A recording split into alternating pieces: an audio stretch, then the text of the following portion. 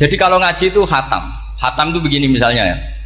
Saya pernah ngaji Ihya, belajar Ihya khatam. Bahkan saya punya takrirannya berdasar kitab Ithaf, sarahnya Ihya. Kalau ingin tahu sanadnya sarah Ihya, ya misalnya Gus Idris ini, oleh Idris ngaji Mbah Hamid Pasuruan, ngaji Mbah Dimyati.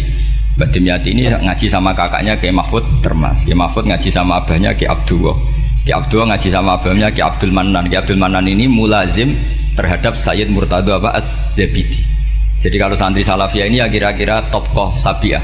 Karena Mbak Idris Sadisa ya kira-kira sampean itu dari pengarang Ithaf itu baru tokoh berapa? Sabiah, masih keren. Turun pitu. Masih kaya lah. Lah kamu kok miskin? Turun ke 8 katanya kan. Jadi nanti kalau masih keren. Itu sampean ngaji kitab kalau khatam. Saya ulang lagi kalau khatam. Itu memang ada bab-bab di mana ulama itu harus tegas, harus tafriq bainal haqqi wa bainal batil. Oke, itu bagus. Mana yang hak, mana yang batil kita bedakan. Di bab itu bagus. Tapi kalau nanti kamu ngaji bab tawadhu, lihat di Bidayatul Hidayah atau di semua kitab tasawuf, bab tawadhu itu, kalau melihat kamu orang kafir, kamu melihat orang apa?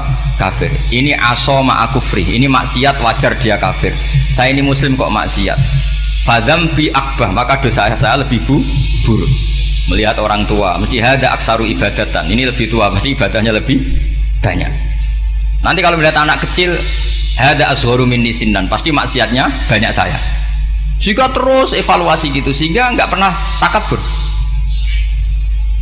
Misalnya di sini, saya ini kan gayanya keren, duduk di atas sampai di bawah. Gayanya tok, hakikatnya sampean lebih sombong karena memerintahkan saya. Jadi panitianya itu, makanya saya merasa tawadhu saja meskipun berdiri. Karena hakikat saya ini makmur, diperintah. Panitia ini, penyelenggara ini amir, pemerintah. Kira-kira sombong mana?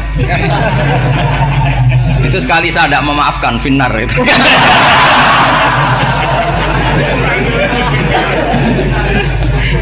Tapi insya Allah tak maafkan lah. Iya masih insya Allah. Jadi ini penting. Jadi mbok ya orang-orang yang ekstrim itu mikir keinginan Rasulullah SAW itu umatnya meninggal dalam keadaan baik. Makanya benar tadi notulen tadi, kalau doa, kalau ingin mandi itu memang harus ada jadabnya. Tapi yang asli loh ya, jangan gaya-gayanan. Ya asli betul loh, yang nggak khilaf memang asli. Itu ada seorang wali doa di depan Nabi itu begini, ya Allah saya harus jadi orang soleh. Allah diharuskan itu kan nggak sopan ya. Ya Allah saya ini harus jadi orang soleh. Kenapa?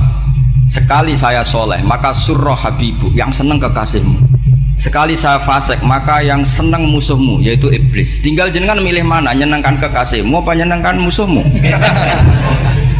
Akhirnya dapat aku ya sudah soleh aja soleh, ini kok doa kok neror orang ini. Kira-kira gitu. Jadi ya Allah saya harus jadi orang soleh. Kalau saya jadi orang soleh, surroh habibuk, yang seneng kekasihmu. Kalau saya jadi orang fasik, yang seneng musuhmu. Sedangkan tinggal milih saja, menyenangkan kekasihmu apa menyenangkan musuhmu. Kira-kira Allah seneng mana? Seneng menyenangkan. Wah, itu doa paling mustajab. Tapi syaratnya harus anti bikolbin dan dari ijazah nggak mandi, itu ijazah nggak mandi. Maka ini tidak saya ijazahkan. Nanti kalau kamu ngalami isak sendiri, ngalami wujdi sendiri, terus ngalami itu, insya Allah makbul. Tidak mau gaya-gayaan copy paste, nggak diterima itu. Jadi wali-wali dulu itu kalau berdoa itu sederhana, tapi dari hati yang paling dalam. Makanya Nabi Musa itu terkenal, orang paling seenaknya sendiri dan Nabi Musa hubungannya dengan Allah. Tapi sama Allah dimaafkan karena orisinil, tidak bikin-bikin. Rasulullah juga itu, kalau sudah marah itu doanya gitu. Cuma celakanya ditiru Nirawarisman dulu. Nabi itu ketika perang Badar itu jelas kalah, nggak mungkin menang, sudah jelas kalah. Nabi hanya 313, orang kafir 1000 dengan perlengkapan apa? Sudah lengkap semua. Setelah perang dilihat itu jelas kalah. Seri awal ya memang kalah betul. Doanya Nabi apa? Allahumma intuhlik hadil isobah lam tu'bad badal ya. Ampun Gusti, silahkan bikin kalah, tapi ra ono sing roh najenan pangeran. Bon lairan jenengan dadi pangeran, serana sing roh. Enggak ada ibadah. Intuhlik hadil isobah lam tu'bad badal ya. Kalau engkau menghancurkan kelompok saya ini, jenengan sebagai Tuhan tidak ada yang nyembah lagi. Karena yang nyembah tinggal kelompok kita. Tapi yang ngendikan Nabi, kalau kamu niru tidak bisa. Gak bisa kamu doa, ya Allah saya ini santri Salafiyah, kalau saya bodoh menjadi presiden buruk terhadap alumni Salafiyah. Nggak apa-apa sekali-kali doa gitu. Tapi kata Allah lainnya masih banyak.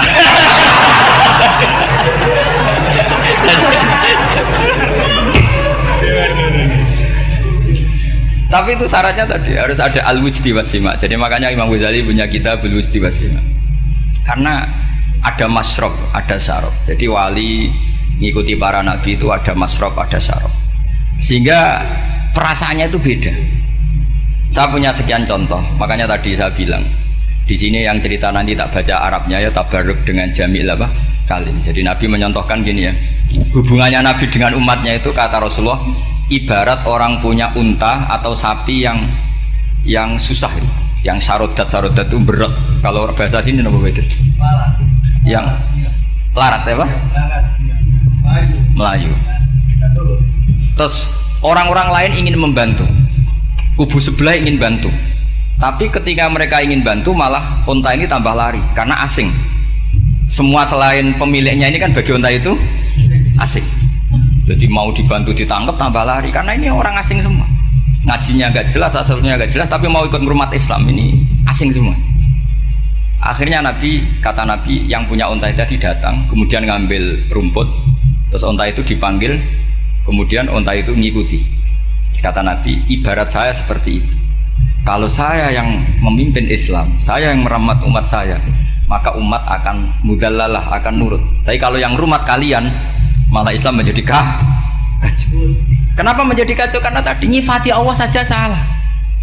Orang Islam baik dihukumi kafir hanya karena tahlilan, hanya karena manakiban dihukumi kafir. Sekarang inginnya Nabi orang menjadi muslim apa kafir? Inginnya Nabi orang menjadi muslim apa kafir? Muslim. Lalu gara-gara melakukan perilaku tertentu dihukumi kafir. Iya, ziarah wali songo musyrik, nyekel patok musyrik. Katanya minta sama mayit. Padahal saya andekan jadi mayit itu diziarahi sampean nggak seneng. Nggak senengnya karena ya kadang murid itu jari gurunya ya kurang ajar. Masa gurunya dibilang gini, ya Allah, ingkana muhsinan fazid fi ihsani, wa ingkana musian fatajawas anhu. Kata gurunya, soleh tenan darani ingkana. Makanya saya tidak suka zaman ziarah ke saya. Kecuali doanya ditasihkan dulu ke saya.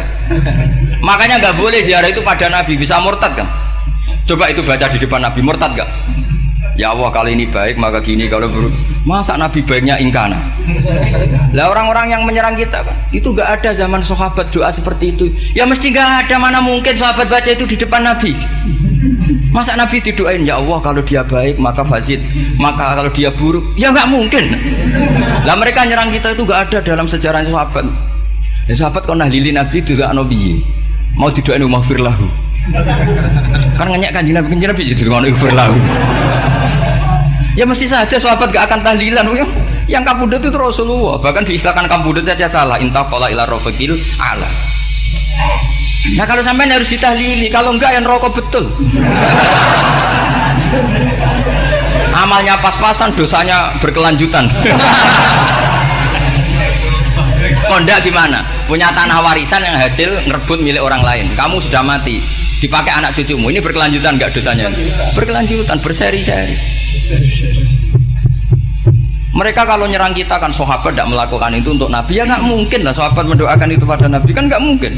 Coba kalau kamu jadi mayit, terus kamu gurunya, terus ada murid kamu bilang Allahumma in kana muhsinat fazid fi ihsani wa in kana musian fatajawaz anhu. Mesti kalau kamu bisa bangun. Ya Allah cong meyakini saya soleh itu masih ingkana. Kalau guru saya soleh maka, kalau guru saya buruk maka. Itu kan taklek namanya Pak. Itu kan kurang ajar. Saya tidak pernah doa gitu di depan Muhammad Rasulullah, tidak pernah. Saya kalau doakan bangun ya tidak pernah gitu. Allahumma ali darajati fil jannah gitu. Saya nggak pernah, ingkana nggak pernah. Karena andekan itu saya juga sama kok. Cuma kalau ada orang doa di bangun gitu ya karena orang lain ya tak biarin. Tapi saya tidak bilang amin, ya biarin aja sudah. Tapi kalau santri sarang nggak usah lah doa ya apa? Ingkana. Masa meyakini solehnya gurunya kok nunggu apa? Ini bukan ijazah, ini marah ini. Jadi pelurusan ini. Saya ulang lagi, ngaji itu harus khatam. Pentingnya khatam tadi, kalau di bab tafriq bainal haqqi wa bainal batin, seakan-akan kubu sebelah ini benar karena tegas. Tapi kitab itu tidak hanya bab itu, juga ada bab tawadhu. Di bab tawadhu itu, misalnya kita melihat orang kafir, ini wajar maksiat kan dia kafir. Masa saya mukmin siap. Dan ini kafir bisa saja nanti husnul khotimah, saya muslim bisa saja su'ul khotimah. Jika tetap tawadhu, melihat yang lebih sepuh ini aksaru ibadatan minni, melihat yang kecil asghar berarti aqallu maksiatan minni, sehingga melihatnya itu tawadhu. Jadi kalau di bab tawadhu semuanya orang itu mungkin. Nah di sini Rasulullah SAW mengajarkan, ketika malaikat Jabal bilang, Muhammad, orang yang mendustakan kamu saya tungkepi gunung biar mati semua. Kata Rasulullah, saya berharap keluar dari tubuh mereka min aslabihim, dari keturunan mereka orang-orang sing mukmin. Sudah karuan kafir saja Nabi tidak berhenti berharap, jangan-jangan nanti keturunannya mukmin. Dan itu betul. Kita tahu Abu Lahab punya anak Darrah itu mukminah, Abu Jahal punya anak Ikrimah juga mukmin. Dulu Walid bin Mughirah musuh besarnya Rasulullah punya anak Khalid bin Walid. Sekarang orang-orang yang abangan gak hafal Quran, kadang anaknya hafal Quran lewat program PTPG, kadang yang hafal Quran malah anaknya ndak hafal. Makanya kalau pas wisuda sampai bingung, gurunya itu sampai nangis. Kenapa nangis? Ini anaknya orang nggak hafal Quran tak wisuda hafal, saya gurunya ndak hafal kata. Lah kenapa bisa jadi hafid? Karena guru sewaan kata. Itu banyak sekali. Ini penting saya utarakan supaya ekstremitas itu berkurang. Logika-logika yang dibangun ulama itu ngikuti riwayat. Agama itu ngikuti riwayat, bukan sekedar akal. Saya punya contoh ketika kitab Ihya menutup kitabnya, yaitu Imam Ghazali.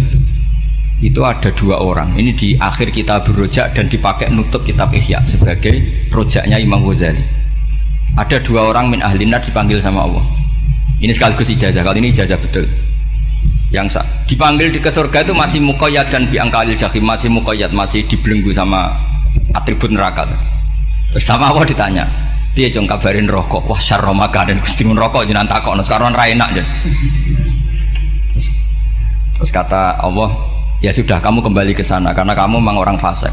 Itu lari, semangat mau ke neraka. Ini ijazah. Semangat disuruh kembali ke neraka itu semangat lari. Allah tanya, loh Jong kenapa kamu semangat? Ya Allah, saya ini sudah kapok. Dulu ketika di dunia kamu perintah, engkau perintah, saya tidak semangat. Maka kali ini jenengan perintah saya semangat. Karena saya sudah kapok. Setiap engkau perintah saya ada lari semangat ke neraka. Nah barokahnya semangat masuk neraka ini, kata Allah, ya sudah kamu di surga saja. Maka ijazah nanti kalau ada pengumuman silahkan masuk neraka, kamu harus lari sekencang-kencangnya. Karena itu perintah Allah apa? Yang ketika kita di dunia kalau diperintah males-malesan. Kalau kamu diperintah sholat subuh jamaah kan males-malesan. Dan itu menjadi kita masuk neraka. Sebagai kafarah itu ya Allah, karena ini perintah engkau, saya tidak males-malesan lagi. Wis ngembaliin rokok, lari semangat. Allah akhirnya haru, dimaafkan. Panggil lagi, sudah di surga saja. Barokahnya semangat masuk neraka. Nah, ini ijazah ini. Ya diterima ya. Kok enggak semangat terima ya. Yang kedua enggak. Sudah kamu kembali ke neraka, pelengahan gitu. Enggak semangat. Allah dilihat terus enggak semangat. Kenapa kamu tolah-toleh? Ya Allah, saya tidak pernah ngira ketika engkau manggil saya ke surga, kemudian engkau kembalikan lagi ke neraka. Ya sudah di surga saja, barokahnya husnudzon. Jadi ini ijazah, kamu milih dua itu, milih yang mana terserah. Artinya apa? Logika kamu itu tidak mesti masuk apa yang dilakukan oleh Allah Subhanahu wa Ta'ala. Itu logika kamu kan tidak masuk, tapi Allah yaf'alu ma yasha. Ini penting saya utarakan. Nah tapi orang-orang ekstrim itu maunya nyifati Allah hanya status yu'adzib, yantakim, jabbar, kohar. Sifatnya Allah Ta'ala itu 99. Kenapa apa kamu hanya satu? Jadi tetap saja menghadapi fenomena seperti ini tetap laisa laka minal amri syai'un aw yatuba alaihim aw yu'adzib. Sehingga setahu saya Mbah Mun, Mbah Hamid Pasuruan, guru-guru kita, habaib yang alim-alim itu melihat tamu macam-macam ya dilayani semua.